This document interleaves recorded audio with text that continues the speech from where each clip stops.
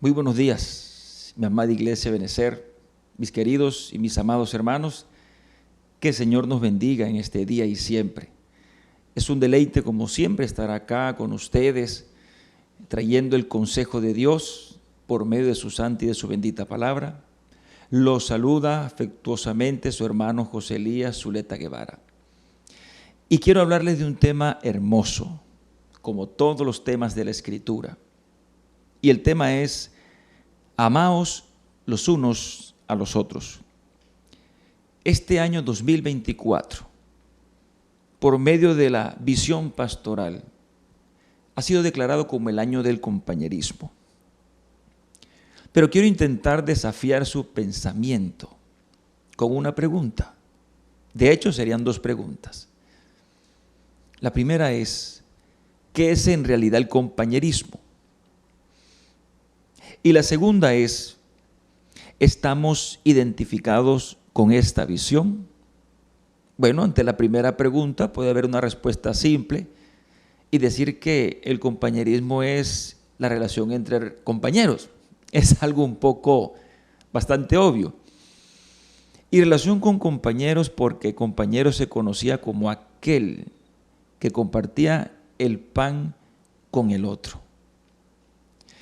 De esta manera, mi amada iglesia, mis amados hermanos, quiero invitarles de inmediato a que abran sus Biblias en el libro de Romanos, la carta del apóstol Pablo a la iglesia romana, es decir, a la iglesia sentada en Roma, capítulo 12, versículo del 9 al 16. Y leemos la palabra del Señor. El amor sea sin fingimiento. Aborrezcan lo malo, seguid lo bueno. Amaos los unos a los otros con amor fraternal. En cuanto a honra, prefiriendo los unos a los otros. En lo que requiere diligencia, no perezosos, fervientes en espíritu y sirviendo al Señor. Gozosos en la esperanza, sufridos en la tribulación, constantes en la oración, compartiendo para las necesidades de los santos, practicando la hospitalidad. Bendigan a los que os persiguen, bendecid y no maldecid. Gozaos con los que se gozan, llorad con los que lloran. Unánimes entre vosotros, no altivos, sino asociándoos con los humildes. Y quiero que veamos unos puntos importantes, amada iglesia, de cómo y de qué manera, en realidad, según la Escritura, podemos amarnos los unos a los otros y de esta manera comprender lo que es el verdadero compañerismo desde la perspectiva bíblica, obviamente. Y lo primero que debemos entender y conocer es la sinceridad y no hipocresía. Y leo nuevamente para ustedes del versículo 9 y 10. El amor sea sin fingimiento. Aborrezcan lo malo. Sigan lo bueno. Amaos los unos a los otros con amor fraternal. En cuanto a honra, prefiriendo los unos a los otros. Estos versículos parecen traer a nuestra memoria la obra maestra también del apóstol Pablo, inspirada por el Espíritu Santo, que se le envió a la iglesia de Corinto, y la conocemos como la preeminencia del amor.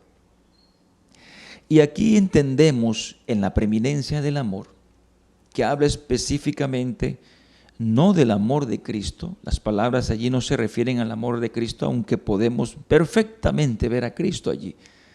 Pero el apóstol Pablo se refiere al amor entre hermanos. Y este amor es el distintivo universal de los cristianos. Es la más grande de las virtudes.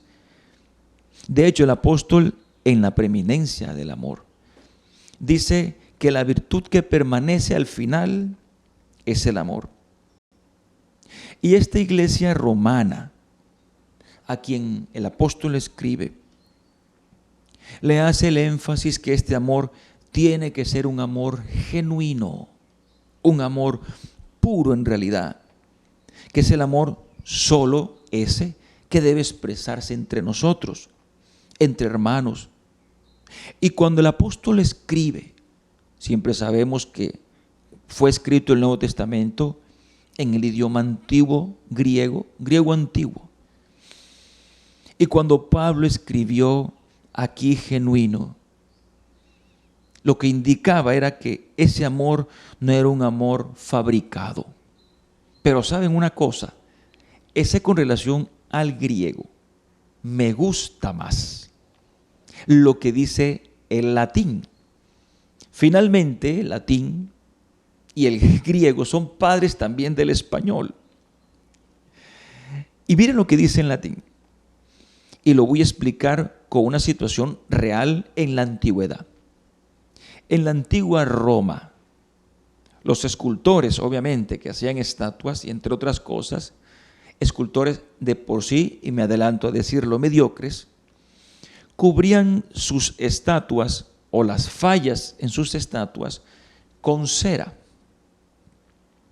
Y luego cuando la estatua era colocada y puesta en el sol, evidentemente el sol derretía la cera, demostrando y descubriendo el engaño de este impostor. Entonces, cuando compraban una estatua u otro elemento hecho por los artesanos mediocres e impostores, por supuesto, preguntaban, ¿este es algo sincera? ¿Esa estatua es sincera? ¿Esa jarra es sincera?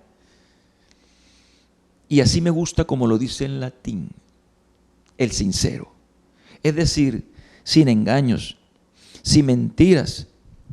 Porque lo que está tratando de decir con esto que yo acabo de mencionar es que el amor debe ser puro, sincero. Por eso el apóstol dice, sin fingimiento.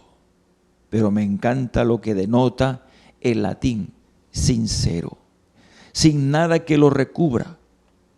Que luego, cuando nos damos cuenta y algo sucede y lo descubre, entonces un engaño. Entonces una jarra llena de grietas o una estatua completamente desperfecta. Porque debemos entender que el amor genuino es todo lo contrario a esto. Y analizando que estamos en nuestro primer punto, amada iglesia, mis amados hermanos, que es la sinceridad y no la hipocresía. Entonces, lo contrario precisamente a la hipocresía es la sinceridad, como estamos hablando. Y quiero también tomar algo de los antiguos. El hipócrita, y de ahí viene un término que vamos a comprender, era un actor que debajo de su cara, hipo significa debajo, hay palabras que conocemos con hipo como hipotensión, hipotermia, entre otras, hipo debajo. Entonces, ese actor se colocaba una máscara, una hipo, debajo de su rostro y salían en los teatros con esas enormes caras que en realidad estaban ocultando la realidad de lo que ellos tenían. Y así se mencionaba estos actores con unas enormes caras cubriéndolas, cubriendo su verdadero rostro, su verdadera intención. Cuando ellos terminaban de actuar, el uno le preguntaba, ¿cómo te fue? Y decían, me fue muy bien, fui un buen hipócrita. Por lo tanto, amada iglesia, es bueno que entendamos esto. Un amor no fingido, un amor sincero, sin nada que lo recubra y que tape el engaño y cura también la falsedad. Es un amor puro, diáfano, sin hipocresía.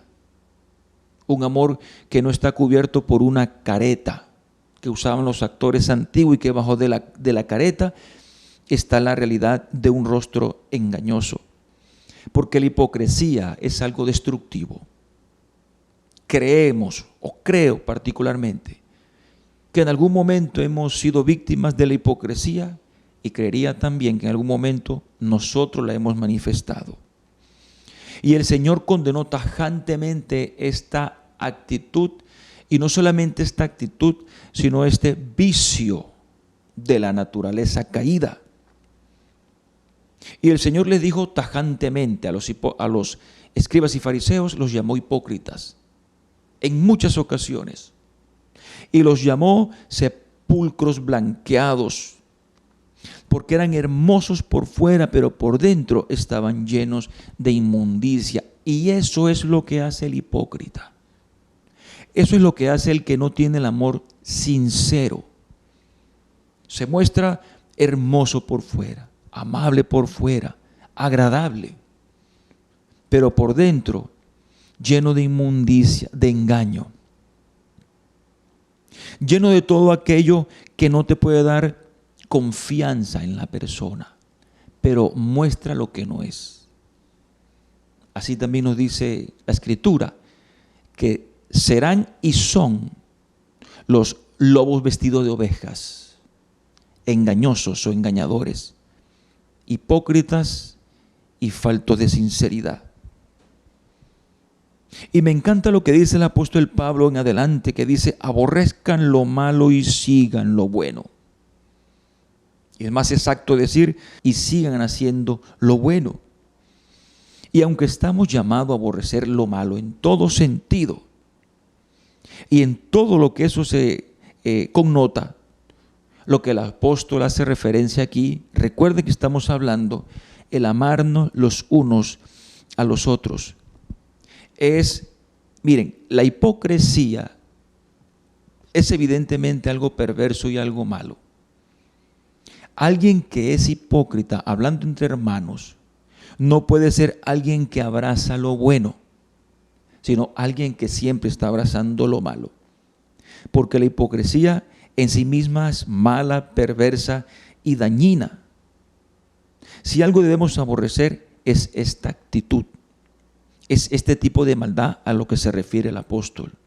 Es decir, la maldad de ser un hipócrita y ser un engañoso con relación a mi hermano, no mostrarme sincero con él, o mostrarle un rostro que no es. Y luego estoy demostrando lo que en verdad soy, alguien que está engañando a su hermano con un falso amor. Solo aquellos que aman a Dios son los que pueden perseguir lo que es bueno.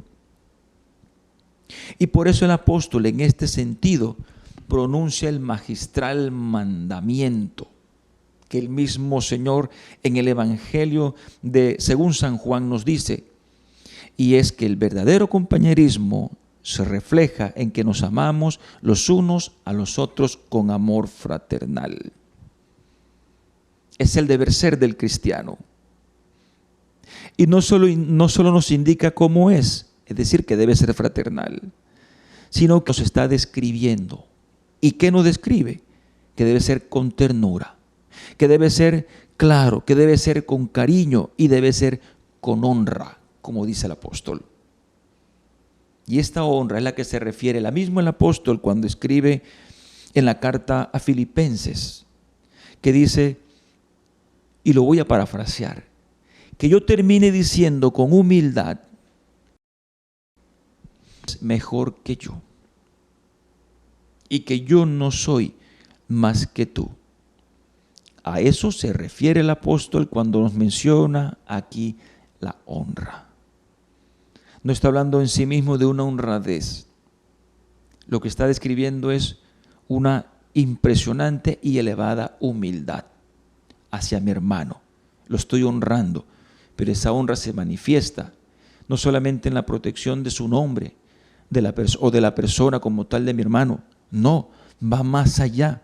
Que yo llegue a decirle, tú eres mejor que yo no soy más que tú. Y esto es algo, mi amada iglesia, que muy poco se ve en la iglesia de hoy. O sería una extrañeza escuchar de alguien diciéndole, no soy más que tú, y tú eres más que yo, y eres mejor que yo. Pero es lo que estamos llamados a hacer. Si queremos vivir, si queremos apropiarnos del compañerismo, de la visión de este año, que es la visión del compañerismo, debemos empezar a vivir como tal. ¿Y cómo es como tal? Como dice la Escritura. Porque es inconcebible, mi amada iglesia, escuchar entre nosotros como hermanos expresiones como: yo no le dirijo la palabra a ese hermano, no me hablo con aquel tengo mucho tiempo que ni siquiera nos decimos bendiciones. Pablo se opuso de una manera férrea a este terrible comportamiento y actitud de muchos cristianos. No es algo que venga de la Escritura, sino de una naturaleza caída. No es concebible, en realidad, mantener un largo tiempo sin cercanía con un buen hermano. No puede haber una verdadera comunión con una actitud de esa manera. Y si no hay una verdadera comunión, evidentemente no hay amor. Y en resumen, no hay un verdadero compañerismo. En consecuencia, mi amada iglesia, estamos llamados, si queremos ser verdaderos compañeros y amarnos los unos a los otros, como dice el Señor, y como una excelente visión para este año, nuestro amor debe ser sin engaño, sin hipocresía. No va a ser un amor falso, que detrás de una máscara esconde lo que verdaderamente es. Y el apóstol, además de mencionar todo esto, que es algo que debemos hacer, que es ser sinceros, ser amables, ser diáfanos, claros, también hay algo que debemos ser. No solamente hacer, sino también ser. Y lo que debemos ser, mi amada iglesia, es lo que nos presenta ahora nuestro segundo punto, que es fervientes en espíritu. Y leo los versículos 11, 12 y 13. Solamente lo escuche. En lo que requiere diligencia, no perezosos, fervientes en espíritu, sirviendo al Señor, gozosos en la esperanza, sufridos en la tribulación, constantes en la oración, compartiendo para las necesidades de los santos, practicando la hospitalidad. Yo me preguntaba, amada iglesia, si el apóstol Pablo, aquí escribiendo esta hermosa carta de ser fervientes en espíritu, como nos dice este punto, hablaba del Espíritu Santo o hablaba del espíritu humano. Pues en realidad los vincula a los dos. Porque el Espíritu Santo muchas veces la Escritura lo compara con una llama, con una flama. Y si esta llama nunca es apagada, mantendrá nuestro propio espíritu vivificante. Lo mantendrá al rojo vivo, lo mantendrá atizado.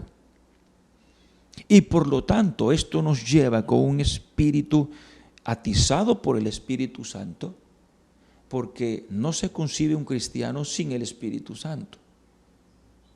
Si alguien ha nacido de nuevo, tiene el Espíritu Santo. Es el Espíritu Santo siempre vivifica mi espíritu. Lo hace fervoroso, lo hace al rojo vivo, lo hace atizado. ¿Para qué? Para ser diligentes, como dice aquí la Escritura. Y significa ser rápido, ser pronto. E incluso también significa tener ese fervor. Y la Escritura, el libro de los Salmos, y específicamente el de los Proverbios, nos dice que Dios bendice al diligente, que Dios derrama sus bendiciones sobre la mano que es diligente, que es pronta. Y un siervo de Dios, como somos todos, siempre debe estar solícitos, no concibe la pereza. Por eso es alguien que debe estar presto, no solo, miren mi iglesia, no solo a servir al Señor, sino también a mi hermano. Pero muchos se preguntarán, pero el apóstol solo está escribiendo aquí sirviendo al Señor porque decimos mi hermano. Porque aquí lo dice específicamente, fervientes en espíritu sirviendo al Señor. No tiene necesidad el apóstol de hacerlo explícito, porque ahí lo implicita, ya que él viene mencionando sobre esto y lo viene enfatizando, mi amada iglesia. Por lo tanto, un cristiano, además de tener un amor sincero, que no lo cubre nada en sus grietas falsas, que es un amor sin hipocresía, que no tiene un engaño puesto como máscara debajo de una cara falsa, es el cristiano que debe estar solícito y presto, primeramente para servir al Señor y luego a su hermano. Ahí manifestamos o comenzamos a manifestar el verdadero compañerismo. Si el Rey de Reyes y Señor de Señores se humilló, no solamente en su humanidad, se humilló un cierto día, postrado en el suelo, y tomó una vasija con agua y una toalla y comenzó a lavar los pies mugrientos de sus discípulos para enseñarle la humildad, ya que ellos estaban discutiendo quién sería el mayor en el reino de él. Y nuestro Señor lo hizo. ¿Qué quedará entonces para nosotros? ¿Quiénes somos nosotros para no hacerlo y seguir el ejemplo de nuestro Señor?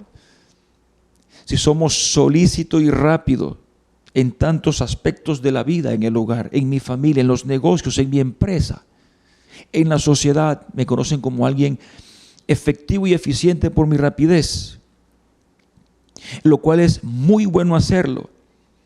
Pero si esto no es igual o más elevado de la manera para servir al Señor y para servir a mi hermano, entonces no estoy comprendiendo la Escritura y, por cierto, la estoy desobedeciendo.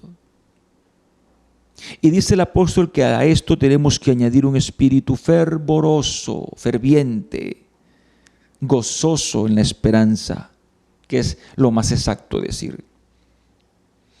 Y esto lo que significa en realidad es deleitarse en esperar. Ese gozoso en la esperanza es aquel que se está deleitando una y otra vez en esperar. La pregunta es: ¿en esperar qué? ¿A qué esperanza en realidad se está refiriendo el apóstol? A nuestra mente viene cuando el apóstol le escribe a Tito y dice: la esperanza de la vida eterna. ¿Qué más grande esperanza? ¿Cómo no gozarnos con semejante espera y semejante esperanza cuando nos aguarda toda la eternidad? Con el Cristo complaciente en amor, con el Cristo que nos ha salvado, que ha perdonado todos nuestros pecados en el trasegar de nuestra vida, pero también ese gozo de esperar que a Cristo, miren, es el gozo que me voy a gozar en la eternidad con mis hermanos. Así que si usted, mi amado hermano que me escucha y mi amigo, lleva unos pocos años, o muchos años, o décadas, soportando algún buen hermano, pues bueno, no se preocupe, que tendrá toda la eternidad para estar con él. Obviamente seremos transformados y quizás el carácter del hermano que a usted no le gusta mucho, obviamente, evidentemente, ya no estará. Y esta esperanza en la vida eterna es la que nos hace sufridos en las tribulaciones. Pero en realidad, miren, dice el apóstol sufrido en la tribulación. Al momento de la traducción de la Escritura, por aquellos que la escribieron y que escribieron las copias,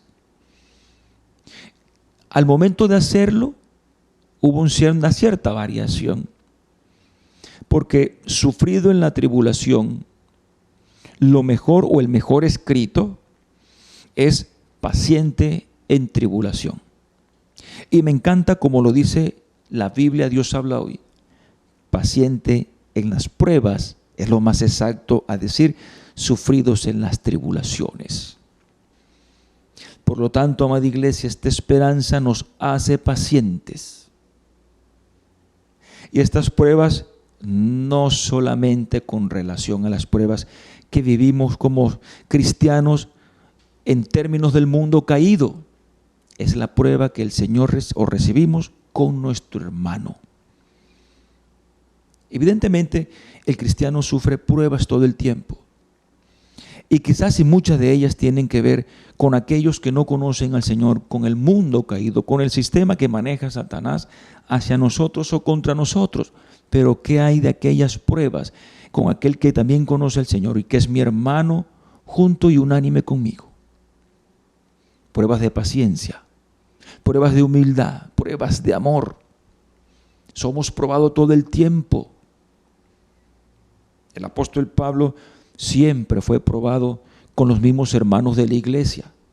E incluso él llegó a decir que tenías enemigos de la propia iglesia. Por lo tanto, debemos entender que esta paciencia y esta esperanza solo es posible con una vida de oración, como dice el apóstol, constante o permanentes en la oración. Aquí no cabe el refrán que dice mi hermano: todo tiempo pasado fue mejor, porque lo mejor para nosotros está es por venir. Y no en esta vida, quiero que me escuche, lo mejor que está por venir no es en esta vida, aunque veamos que el Señor nos bendice en tantas áreas. Pero lo material aquí se quedará aquí. Lo dado aquí con relación a buenos momentos con la sociedad y la familia se quedará aquí. Lo mejor por venir está en la eternidad, con nuestro Señor, eternamente y para siempre con nuestros hermanos. Y me encanta lo que dice el versículo 13, compartiendo para las necesidades de los santos, y entre tantas necesidades, una de ellas era la hospitalidad. Pero el énfasis aquí es compartiendo las necesidades. ¿Cuáles necesidades? Solamente pregúntele a un hermano. Pregúntele qué necesidad tiene. Aquí el apóstol o la escritura o nuestro Señor nos desafía. Porque más que dar con el corazón, lo cual hay que hacerlo, es dar el corazón. Aquí es donde yo digo, tus necesidades las hago mías. Y aquí es donde usted responde, tus obras son tan fuertes que no alcanzo a oír tu voz. Hay un hermoso cántico que dice, amémonos de corazón, no de labios ni de oídos. Ese es el verdadero amor entre hermanos, la verdadera comunión, el verdadero compañerismo, porque no es a mi manera, es a la manera de Dios. Y por último, mi amada iglesia, para comprobar que nos amamos los unos a los otros en verdadero compañerismo, dice la Escritura, o mejor dice nuestro último punto, unánimes entre nosotros, unánimes, de una sola alma, de un mismo ser, de un solo espíritu. Padre, Hijo y Espíritu Santo es la perfecta relación de lo que es la unidad y la comunión. Padre, Hijo y Espíritu Santo es la mejor comprensión o entendimiento bíblico, teológico, de lo que es la verdadera unidad, unidad sin separación.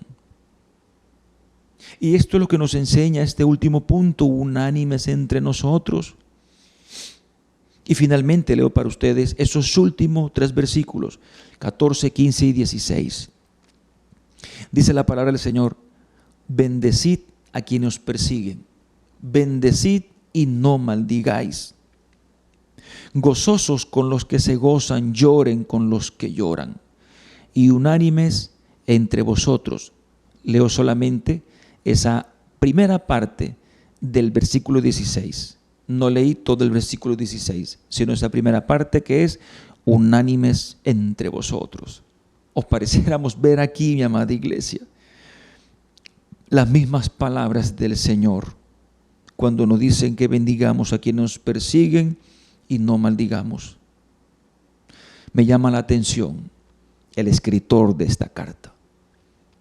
El antiguo Saulo, quien en otrora persiguió constantemente a la iglesia sin descanso, quien los llevó a la cárcel, quien consintió y secundó sus muertes, quien los trataba de la peor manera, quien no concebía que ese pequeño grupo, los del camino, ese apenas grupo naciente llamado cristianos, se atrevieran a contradecir la ley de Moisés que era milenaria.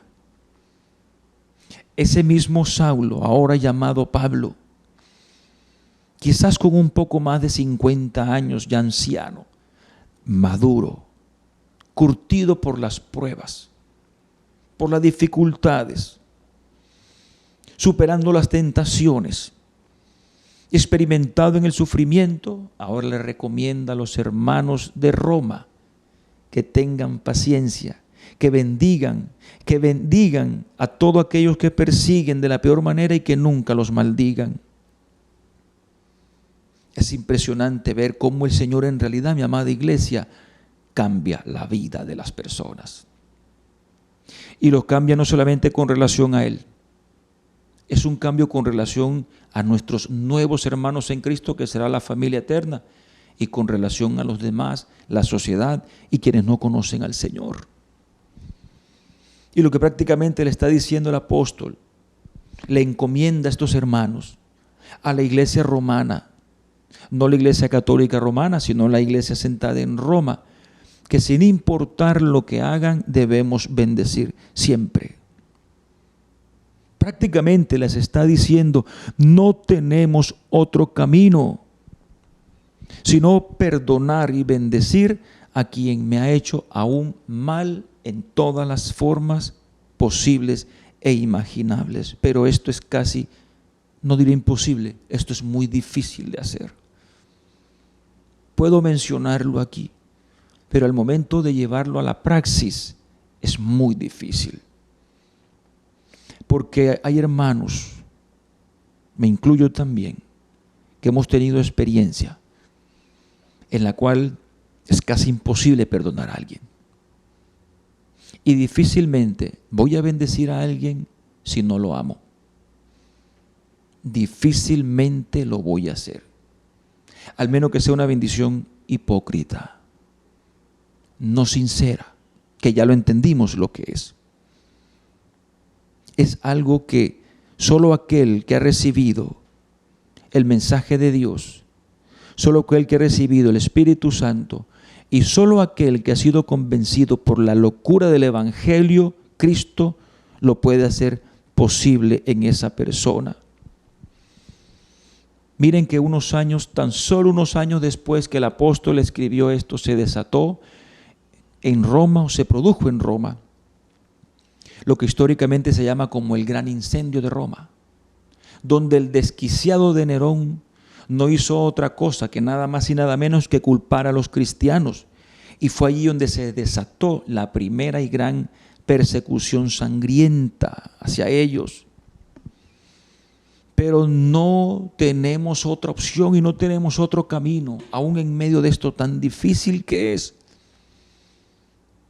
Que después de todo esto, después de ser arrojados en el Coliseo con una razón, ser despedazados, no pusieran resistencia, no dijeran nada en contra, no maldijeran a esa persona, no lo ofendieran, no le desearan lo malo.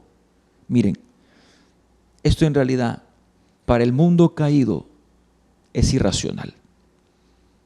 Para una persona con un corazón muerto en delitos y pecados, literalmente podría caer en una demencia, en un problema cognitivo y mental. ¿Quién llega a tal punto de amar y perdonar y bendecir a quien tanto daño le ha hecho y se lo sigue haciendo? ¿Quién puede hacerlo? Miren, Cristo lo hizo y por eso es nuestro mejor ejemplo. Y por esto debemos dar ese testimonio. Si vamos a dar testimonio como buenos cristianos, como aquellos que vivimos el compañerismo entre nuestros hermanos y aún con aquellos que no son nuestros hermanos, aunque la Biblia y el texto de hoy habla entre nosotros, entre cristianos. Y si vamos a tener un buen testimonio, que sea un testimonio que agrade a Cristo. Y que nos persigan es por eso. Es lo que debemos esperar. Y si nos señalan en contra de nosotros, ese señalamiento no es porque estamos desagradando a Dios, sino porque estamos diciendo la verdad en su nombre. Pero que este perseguir no sea como una deshonra para la gracia. Que no te persigan y que no me persigan diciendo, ¿y eso que es evangélico? ¿Qué queda entonces para los demás? Que la persecución sea porque de nuestra boca solo salen bendiciones y alabanzas y verdades. Este es un mundo en realidad que ha coartado lo que podemos entender como la verdad del Evangelio, pero no la ha frenado. O quizás ha intentado. Porque Cristo ya dijo que nada puede prevalecer contra su iglesia, verdadera iglesia. No quien se proclama ser iglesia de Cristo. Porque el que dice ser iglesia de Cristo, pero no vive a Cristo, ni vive para Cristo y para sus hermanos, no es iglesia de Cristo. La verdadera iglesia proclama a Cristo, confronta al mundo, confronta el pecado, confronta las aberraciones, las inclinaciones morales perversas. Conocí de un caso de un juez aquí en Colombia, en Cartagena. Se negó a casar una pareja de lesbianas. Dijo que no por motivos de conciencia, pero era por motivos de fe y de obediencia y de temor al Señor. Él no lo hizo, no quiso hacerlo. Y en consecuencia, este hombre recibió quizás contrademanda o una demanda de este par de mujeres. No supe más de la noticia porque no volví a leer, eso hace creo que más de un año, pero estaba a punto o de tener ya un proceso judicial serio o de perder su tarjeta profesional por una actitud de odio según las leyes que el mismo hombre caído hace. Decir que solamente Dios creó hombre y mujer y que ese es el seno de la familia y por lo tanto de la sociedad, ahora se ha convertido en discurso de odio. No nos extrañe que esto además no se frene, sino que aumente. Que nos persigan por eso, pero que nos persigan por algo bueno. Que estamos proclamando la verdad. Que reflejamos a los demás que somos verdaderos compañeros entre hermanos con un amor puro y sincero. Porque no tenemos otro camino, no podemos maldecir, no podemos ofender a aquel aunque cueste, no podemos hacerlo. De esa manera, miren, mi amada iglesia, Dios nos dará la fuerza para gozarnos con aquellos que se gozan, para compartir el gozo de esa persona. Y no solamente es el gozo por el premio de algo, por haber obtenido algo, por haber conseguido algo, lo cual es genuino. Es el gozo que yo me gozo con mi hermano de saber que a él también le fue excelente, de que él ha sido sano. Comparto el gozo con él porque me enteré de que la persona por quien él estuvo orando llegó a los pies de Cristo. Me gozo con mi hermano porque ahora somos mejores compañeros, él y yo. Pero también está aquello que no es tanto es alegría y gozo, porque el apóstol dice, lloremos con los que lloran.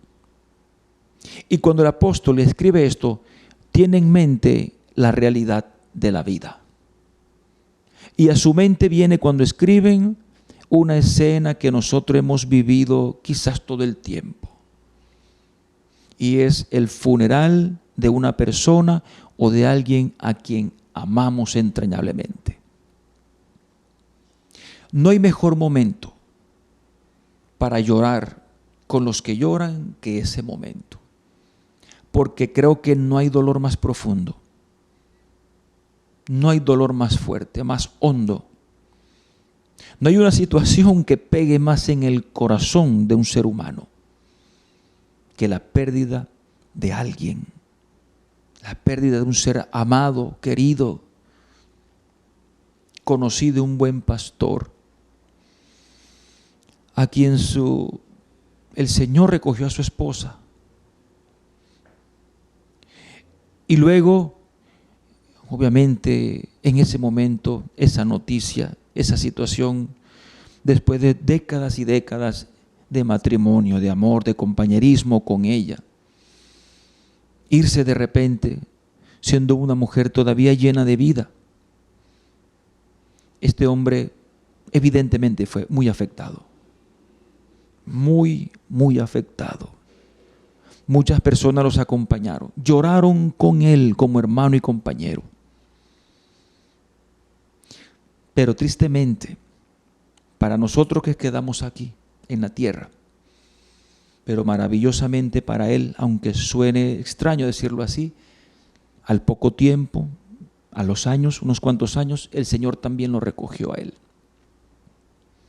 Nos gozamos con aquellos y compartimos nuestro gozo con aquel hermano que se está gozando.